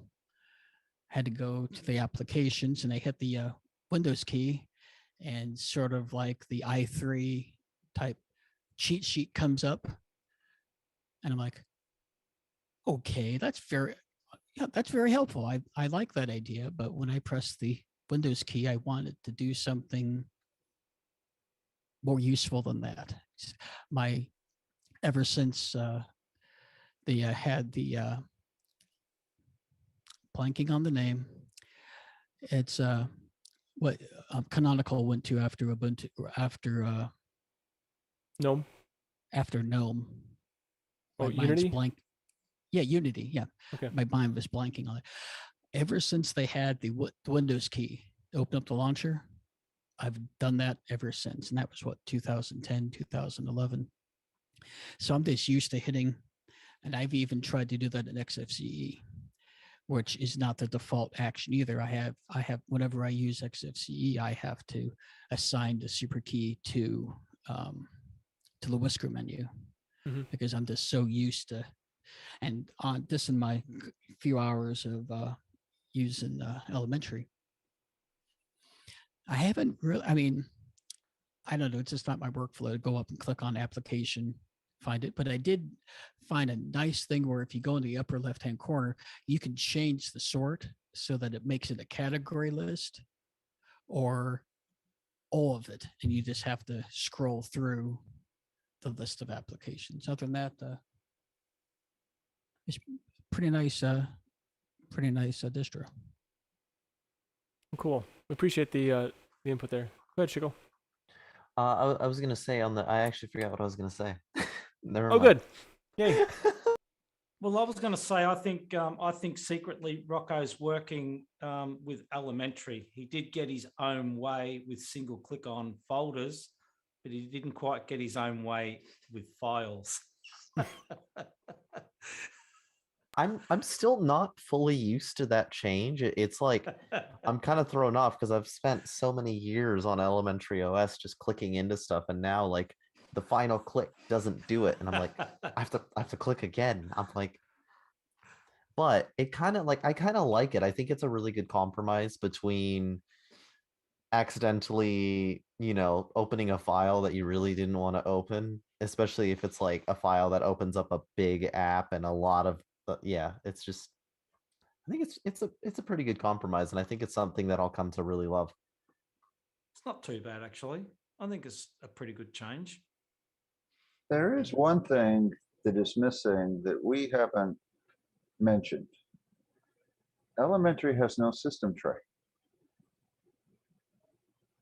This is true. No. This is Chicken true. said, did you say you're using something called Journal? Or? Oh no. Journal is we were talking about System D in the chat. System yeah, D was. we're on a whole tangent. Okay. Yeah. All right. So there's no system tray in Element. Well, actually, I have. What do I have up here? I've got my microphone is showing up there. It looks like they the dock itself is also kind of like a system tray. So like when there's some notification, it gets a little light on it essentially, and so a notification there. So I guess it's kind of like a system tray, but only if applications actually use that feature, I suppose. But it looks like they've got Telegram seems to be doing it here. I don't know if Discord. I didn't try Discord. Why did they get rid of system trays? Because GNOME's done that, so obviously elementary's followed. But is this to force you to use like different workspaces, or is that the paradigm? There are a few reasons behind it, actually. So on a technical level, the sort of system tray method of doing things has a lot of problems, and it makes it to where desktops can't really implement things in their own way. They can't really design things differently because apps are sort of always expecting to just lazily throw excess stuff into like a menu and hope the desktop picks it up and puts it in a system tray. So like one of the big issues is that it becomes kind of problematic to work with. Another issue is I don't know if you've ever noticed how inconsistent system tray actions are. Like sometimes if you click on one icon and then click on the other, they do completely different things. Like one will just bring down a menu, but one will open an app. You should never perform the same action on like two icons in a thing and get completely different results. Right. System trays just should never do that. But also like they get really cluttery. And if you think about it, it's a system tray, not an app tray. Like what about all, like why are information for like all of your apps cluttered together with like important information about your battery, brightness, privacy settings, etc.? So it's kind of like it's not real. The system tray isn't really a thing. It's basically just a space where every app throws its junk because it doesn't really have a good way of handling it. And like that's what it's been like for a long time. So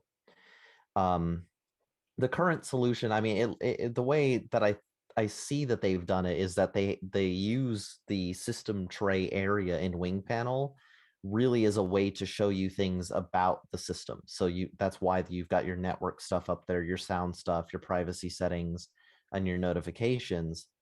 But when you have app related stuff, that stuff happens in the dock or in the applications menu. So it basically puts things where they're supposed to be rather than piling them all together. I'm going to have to test that theory. I haven't really tried something that requires a quote system tray, but I'll put pCloud out there and we'll see what happens. Yeah, I guess that's a good point. Like, so I like the system tray for telling me about my system, which includes things like, there's I don't know if you use Synergy at all. It's a virtual KVM, so I can use just one mouse to go to all my computers that are here. Yeah. So yeah. I like that in the system tray because I can see if it's active or if I deactivate it or whatever. I don't understand why OBS throws anything in the system tray because if you close it, it's not in the system tray, so it doesn't really have a point to being in the system tray. So I think there are some like applications that maybe shouldn't be there. But I do have like my firewall, my updates, and notifications. I like those in the system tray, and also my clipboard. But you're right. Like some things like, okay, I'll give Yaquake a pass because I like the drop-down terminal. I like that, and so it tells me it's active. But I actually just hide it, so it's in the system tray, but it's hidden. So to me, Discord uses it, and I like it because it tells me I have notifications. But also, I guess I could also look at the system, the task manager at the bottom also tells me that. So it's kind of dual, multiple whatever goings on. But Telegram, if you close it, it does stay in the system tray, and so I don't know. I guess that's a really good point you bring up there, and I'm a heavy system tray user, so I don't really want to lose the system tray. But I think that you make a very strong point about application designers are throwing their junk in the system tray, and I think I agree with you partially. Like, well, KDE mostly honestly has one agree. of the best system trays, I think, out of just about any Linux desktop. I think they do a really good job at managing that. Well, things like OBS, when it's in the system tray and you got OBS minimized, if you are recording, you can just click on it and you can start or pause your recordings in there. That's what's in the OBS. Oh, okay, right. That makes sense. So and same with if you're using simple screen recorder. So if they happen to bring up the recorder, you can pause and stop and all that. Yeah, so that is very handy. I can see that's useful. Okay, right. So anytime I have OBS going, I always leave it up. I always want to see it. So that's just the way I use it. But I retract everything I said about OBS in the system tray. But that also depends whether you got two screens or not as well, doesn't it? I mean, if you got one screen, then system tray for some things can come in really handy for like what Steve was saying. But if you got two screens, then you can leave it open on the other screen. So, which is the way I do it. But yeah. I do think that the sort of like, because if we look at, rolling back, apps can, as far as I know, they can create wing panel items. I've seen apps, and I don't know if this still exists in 6.0, but I know in previous versions, there were a couple of apps that let you like or they could add certain like status indicators to Wing Panel, but I don't think that's typically something that they try to do. I think that's typically reserved for system stuff. But I think it's a really good thing that or I think it just sort of points to two different approaches in like placement of stuff, and why I think the whole system tray sort of concept of apps putting stuff in there has seemed kind of problematic, is because it builds the expectations that you can always just sort of like have everything in like one little bar somewhere. But as more and more desktops start to design different places for where they want to put stuff and how they want users to interact with it, I think more apps are going to start sort of redesigning, or at least reprioritizing what they put where. And so I think KDE's approach is really interesting, because rather than change the system tray paradigm when those two things split off, they create a different kind of management system for it. And I think they have even better than what Windows has, because Windows has a really good, I think, system tray management solution. But I mean, KDE's, I think, is even better. The settings to what gets shown, or whether it gets auto hidden, or whether it's, like, I think those things are really, really cool. Whereas I think Gnome's and Elementary's approach is more so, rather than having the user manage it, they just sort of change where those items get interfaced with. So I think those are two different approaches, but I really respect both of them a lot. I think that they're handy for different types of users. Yeah, I totally agree. It almost sounds like when they came out with the .local folder in your home folder, because everybody was complaining about the 10,000 dot files that are in your home folder, and somebody came up with the idea, okay, well, I can't remember if it was KDE or if it was GNOME, but one of them came up with this idea, like, okay, we're just going to have a .local. Okay, now everyone put your dot files in .local, and as you can see, some conformed and some didn't. So I think it's going to be a lot of like nerf herding, or trying to hoard cats, because like on mine, like I agree with Nathan. I like I'm in Pop OS here, and I like the idea that I have Zooms open. I've got, what is this one? Okay, that's my gaming keyboard app. Then I have Telegram. Then I got my thing for my mouse. Then I got Discord, got Element. I got the weather app. Then I got the regular widgets for GNOME, and then I can click on the clock and I can see where my notifications are. So I like that thing, but I agree with Shickle. It's like, it was a good idea when it came out with it, but it's more like, I agree, they're just putting it there. It's like, okay, well, we'll just have this notification thing that dings, and that's the only thing it does. And if you don't want the thing to ding, then you just get rid of it. But it kind of go back and think of, why did you create the thing that it just goes ding? Mm-hmm. It's actually a good conversation. If nothing else, the removal of the system tray has made us talk about the system tray and maybe where it's necessary and where it's not. Because in a way, Elementary still has a system tray, but it's a more, for lack of a better term, it's a more elite system tray. It's more a restricted. You have to have a card carrying member of something that's important to get up in there. Otherwise, you're not allowed. Which actually does make sense in many ways. And so I'm gonna go to sleep smiling tonight because he called it elite. That's all I needed. Yeah. I mean that in the best way. I don't mean that in any, I figured. Any other thing. So forgive my monkey brain for using the wrong kind of words from time to time. But anyway, so yeah, I think it's a good point.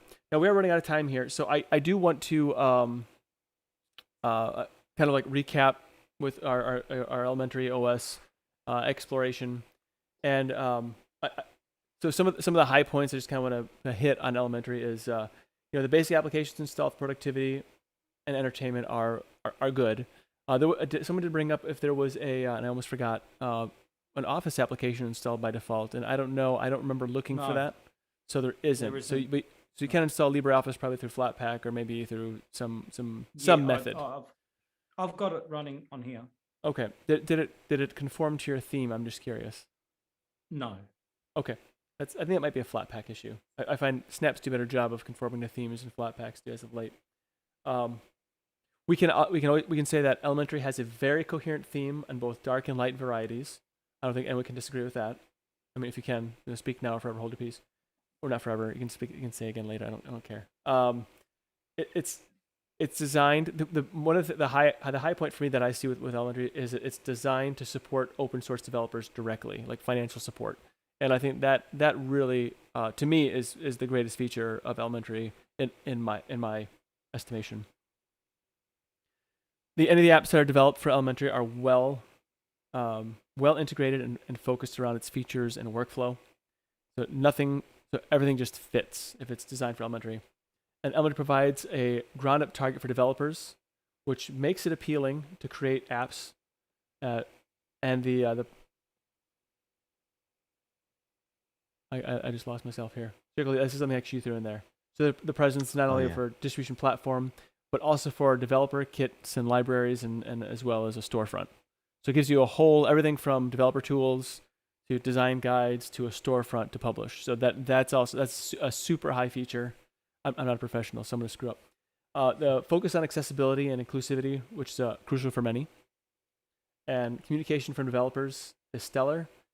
And understanding why they design certain things is always clear. So they have lots of blog posts, and I only read a few of them, but they are many, and they are sometimes wordy. So Cassidy writes up some really lengthy blog posts. And there's a lot of people who do videos, like the Linux Experiment did a video on on browser options for and what you can do with Elementary. I thought it was really cool. But anyway, so I do think if I think you should try Elementary. Just give it a spin, take it around the block, see if you like it, kick the tires. It's worth a try. You might want to, I know Eris wouldn't agree necessarily that's good for new users, like long term because of the upgrade process. But as far as like just hopping into Linux, I think it's a good distribution. And so unless anybody else has anything they want to say to kind of cap it off, I think that we've covered our exploration in Elementary OS, and I think we all at least find things we appreciate about it.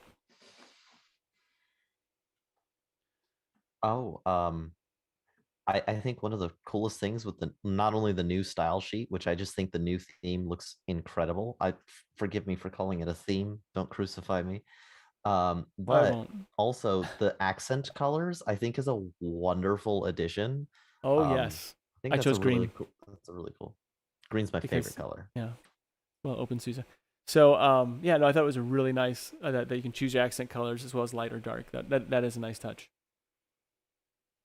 All right, so we're just about out of time, but for next week, for another distribution exploration, some new distributions that are that came out. See if this sparks any interest. Sparky Linux 6. I don't know if it's a Debian-based distribution. Chaos. I've never tried Chaos. I don't know what it's based on, but it has the Plasma desktop environment, or it says KDE desktop environment in the description. So I'm assuming Plasma, or maybe it does have KDE. No Plasma. There's also I'm going to talk about IP Fire. That wouldn't make any sense. That's not that general use distribution. There's also Zorin OS. If anyone's interested, if that sparks anything to anybody, or if there's anything else out there that maybe you think we should give a whirl to, try out, do some exploration. Anybody have any suggestions? Have a new release? Bodhi, I think they did have a new release recently. Yeah, Bodhi. Yeah, but it's 32-bit. They're releasing 32-bit on Debian. Okay. They had their 64-bit was Ubuntu base, so. I thought they had Bodhi 64-bit. Right, they a couple months ago, but they just released a 32-bit. 32-bit, and they're using Debian. Okay, I think as far as this list here, I think Zorin might be something at least to look at, because last time I used Zorin, I think it was Zorin 14 or Zorin 15, they tend to cater to like Windows converts in the Okay. way that the desktop is laid out. It's like highly themed. I think like the XFCE is pretty much sort of reminiscent of like the old FVWM95 back in the 90s, where it looks like a highly themed Windows, but I don't know what 16 looks like. I haven't seen it. Well, the suggestions I see from the peanut, the YouTube chat, the OpenSUSE tumbleweed. Now that wouldn't be an exploration for me, and I think that I probably preach that too much. So that's something else. There's Chaos. I see Sparky Linux out there. Zorin. Yeah, I see Zorin. People saying that. Does anybody have any thoughts? I think Zorin sounds like a good choice, unless someone else, or Manjaro, but everyone uses Manjaro also. I'd like to take a look at Chaos only because I've never seen it before. Everything else you've mentioned, I've kind of taken a look at within the last year or so. Okay. So, I'd like to look at something that is totally out there. We've never seen it before. I think, just my opinion. I know Don and I would like Void, but I don't think anybody else would. Well, I'm going to go look at Void anyways, but that's just my choice. Personally.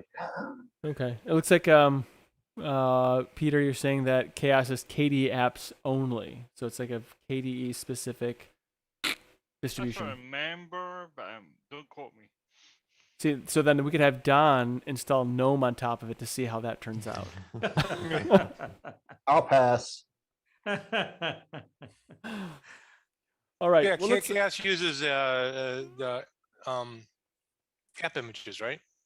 That's its. There's Chaos?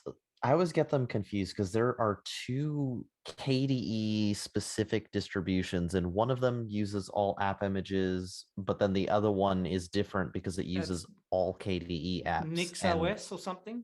Isn't that No, it's Nutrix? gosh. Nutrix or something? Oh, Natrix. That's the Yeah, one. That's the one that's Natrix. all Yeah. app images. Yeah. Okay. Yeah. Well, I think maybe Chaos, Chief. Chaos you think sounds Chaos? good. All right, well, let's do Chaos then. So that was a very scientific, fair process. Purely objective. Purely objective. Let's say Chaos sounds good. So for next week, we'll check out Chaos, and we'll just explore it throughout the week. I'm gonna do. This is gonna be a less busy week for me coming up. So I will do some, maybe try to be a little more, send some more information out in the Telegram to in the Biddle community group, so we can maybe talk about it ahead of time. Maybe some things that we can share ahead of time to look at, and we can talk about next Saturday. Well, excellent. So let's, per Biddle tradition, we'll do the last word around the horn. So Schickel, last word. All night tonight, I've been looking at Colin in that chair, and he kind of looks like a nun when he's like perfectly centered because it's got like the black and the white. Yeah, yes. so that's what I've been looking at all day. Okay. Pretty cool. That explains the smile on your face. Well, Schickel, thanks for showing up today. I've missed your company on the intrawebs. You've been almost like a missing e-friend for a while, so glad to see you again. Dale, last word. Well, it was great being able to get on here again. Can't commit to every Saturday because of my work schedule. It's okay, neither Not can I. having a schedule. So, but I'm glad you have taken up the reins here. It's been a very enjoyable evening, and everybody have a happy Linuxing. Well, I'm sure Rocco thinks he had a lapse in judgment on that. So, but thank you for being here. I appreciate it. It's nice to meet you, and hope to see you again. I hope so too. Colin. Oh, me already? Jeez. Yes. Well, it's a small panel. It's good to see Schickel back. Good to see you back, Schickel. I haven't seen you around for a while. You're working, are you? Yeah, that's what we all got to do, isn't it? Yes, it was a good discussion on elementary tonight. It seems to be running all right. I don't think it's for me. I'm not sure about the elementary desktop personally for myself, but that's just my opinion. I do like the project, sort of what they're doing, the direction they're going. So that's all good. It's have a good week, everybody. Take care and see you next week. Excellent. Well, thanks again for being here, Colin. I enjoy your input and all the conversations. No So worries. Vince, been kind of quiet. I don't know. Did we forget the second half of the show, Nate? We kind of, you know what? You're right. Oh. I did mess that up. When we get to that special someone, we'll stop down for that. Well, thank you very much, Nate, for continuing this fine show and tradition. And also, Eric, I know you're out there. Cheers to you as well, buddy. Chickle, yeah, good to see you, mate. Missed you. Bye, everyone. Thanks again for being here. Don. Chico, awesome to see you, man. And the rest of you guys too. I love being here. Thanks, man, for hosting this thing. Really You bet. appreciate it, Nate. Hey, I appreciate you being here. This is fun for me. So I do it because I enjoy it, and I hope to maybe talk more distribution stuff again, like back in days of old, which in computer world that's like a year. So, Peter.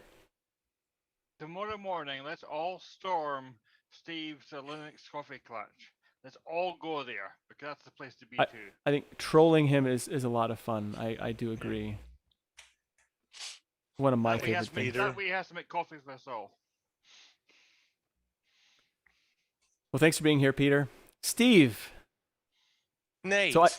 So I got to meet you face to face. Yes, we did. Last week Sunday. So we had coffee at it. There's no place that was open around, so we went to a Starbucks, which you didn't want to go to. Well, I mean, it was in a grocery store too, and I was thinking afterwards, we probably should have just stopped at that Culver's. Oh, probably should have. I got coffee, and but cheese curds. Might have been a little more comfortable, but yes, it was really nice. I was in South Bend with the family. We run a family gets together. We run a house, go somewhere, and this year was South Bend. And a few weeks back, I reached out to Nate and said, "I'm going to be in South Bend. How far is that?" And he's like, "I'm 45 minutes away." So we went and met and had a nice, long good couple hours. Yeah. Not just talk about Linux. We had some good conversations. It was really cool. Yeah. And Nate does walk around with an OpenSUSE laptop. I do. It's right here. It's a stream controller. But yeah, no, it was fun actually meeting. Was that the first friend that I've met since BDLL, like that I met in real life. So Steve holds a special place in my heart now. Thanks. Yeah, it was a good time. I really enjoyed your company, and it didn't matter where we were at. It was really, really good. And thanks for the opportunity, Nate, and hopefully you have many more because technically not that far around the horn. So nope. Yeah, Lake Michigan. And Stevie probably. I have a very peculiar way of ordering things from any place. I always like to ask what the person serving enjoys most. Like or I say, this is my first experience, or this is my first time in a long time. I want to try something a little different. What would you recommend? Because they're not used to that. And I hate reading menus. Actually, sometimes they kind of blank out on me. I can't read them. I don't know what my problem is. I get vapor lock. So it was yeah. So I said, so what would you recommend? I don't remember what it was, but it was quite delicious, whatever it was. And I'm not really a big Starbucks fan. Yeah, because I think a lot of times too, when you do that, especially at Starbucks, they put together so many other things that average coffee user, I just go and I want a cup of Pikes, because the regular stuff is a little bit too strong for me. And if you ask for a blonde, it's like, well, sorry, we're gonna have to do a pour over. It's make you wait 5 minutes or 10 minutes for a cup of coffee. But yeah. It was fine, and it was really nice. It was really nice talking with you, Nate, and being there, and it helped me end a good vacation. So good. I'm glad I wasn't a damper on your vacation. That's for sure. Not at all, sir. Not at all. Well, thanks again for being here, Steve. What's that? I'd have to laugh if somebody recommended you go down to the coffee shop down the road. Yeah. Well, I recommend you go to Big B, which that actually was where I wanted to go, but they didn't have a place you could sit. So Yeah.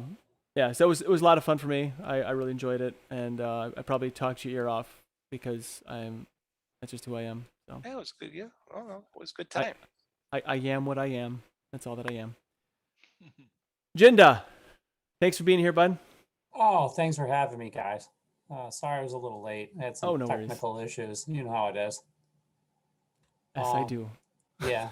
Well, we didn't have our cool little cricket this time. I was really looking forward to seeing the guy. He's not in this world anymore. Oh, He left. he left. Oh well.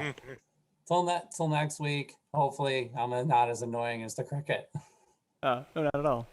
No one's bored of me today. Well, thanks for being here, Jinda. Appreciate it. Eris. Thank you very much for the show. And I just wanted to say thank you, Don, for bringing out a different perspective to the show. Stalling past for month sure. of elementary. That was great. Eris, you always were a troublemaker. You still are. You know, Eris is the one, the hornswoggled me into doing this in the first place.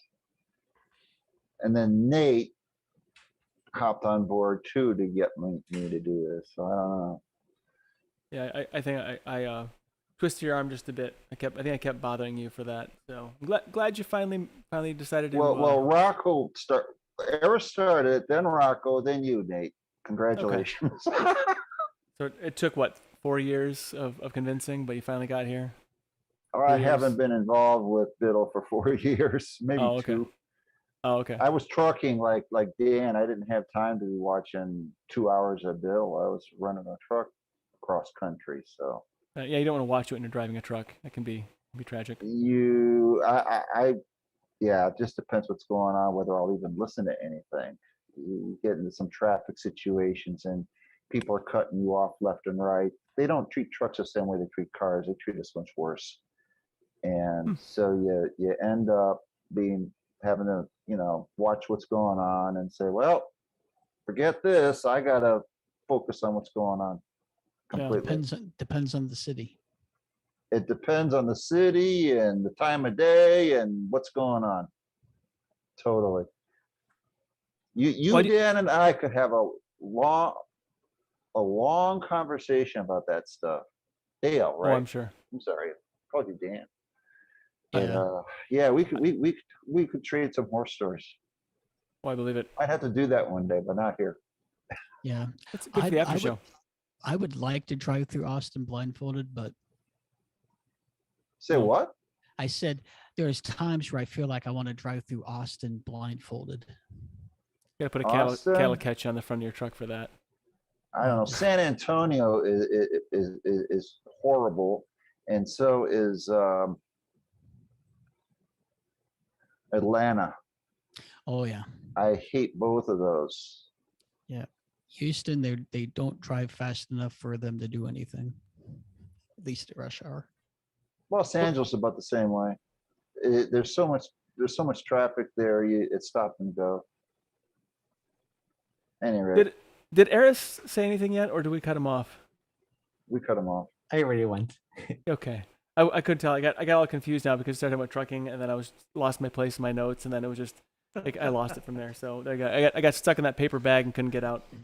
All right. Well, I just want to thank everybody. If you want anything more on me, the nonsense that I do, there's cubiclenate.com. I have my own another podcast I do there. Also, DLN Extend with the Destination Linux Network. And also, I want to plug for whoever's left. There's a DLN MegaFest starting tomorrow at 3 p.m. Eastern or 1900 UTC. We're celebrating the 30 years of Linux and the first ever DLN MegaFest. So we're doing like games and fun things and stuff like that. So if you want to join, feel free. And I want to thank all of you for joining in both the Zoom meeting and the YouTube stream. Rocco for starting the Biddle community. Eric, once again, for the use of his Zoom account, and everyone involved making the Linux and open source tools possible for us to not only have this conversation, but also to have fun and enjoy our technology. Because Linux truly puts personal back into personal computers.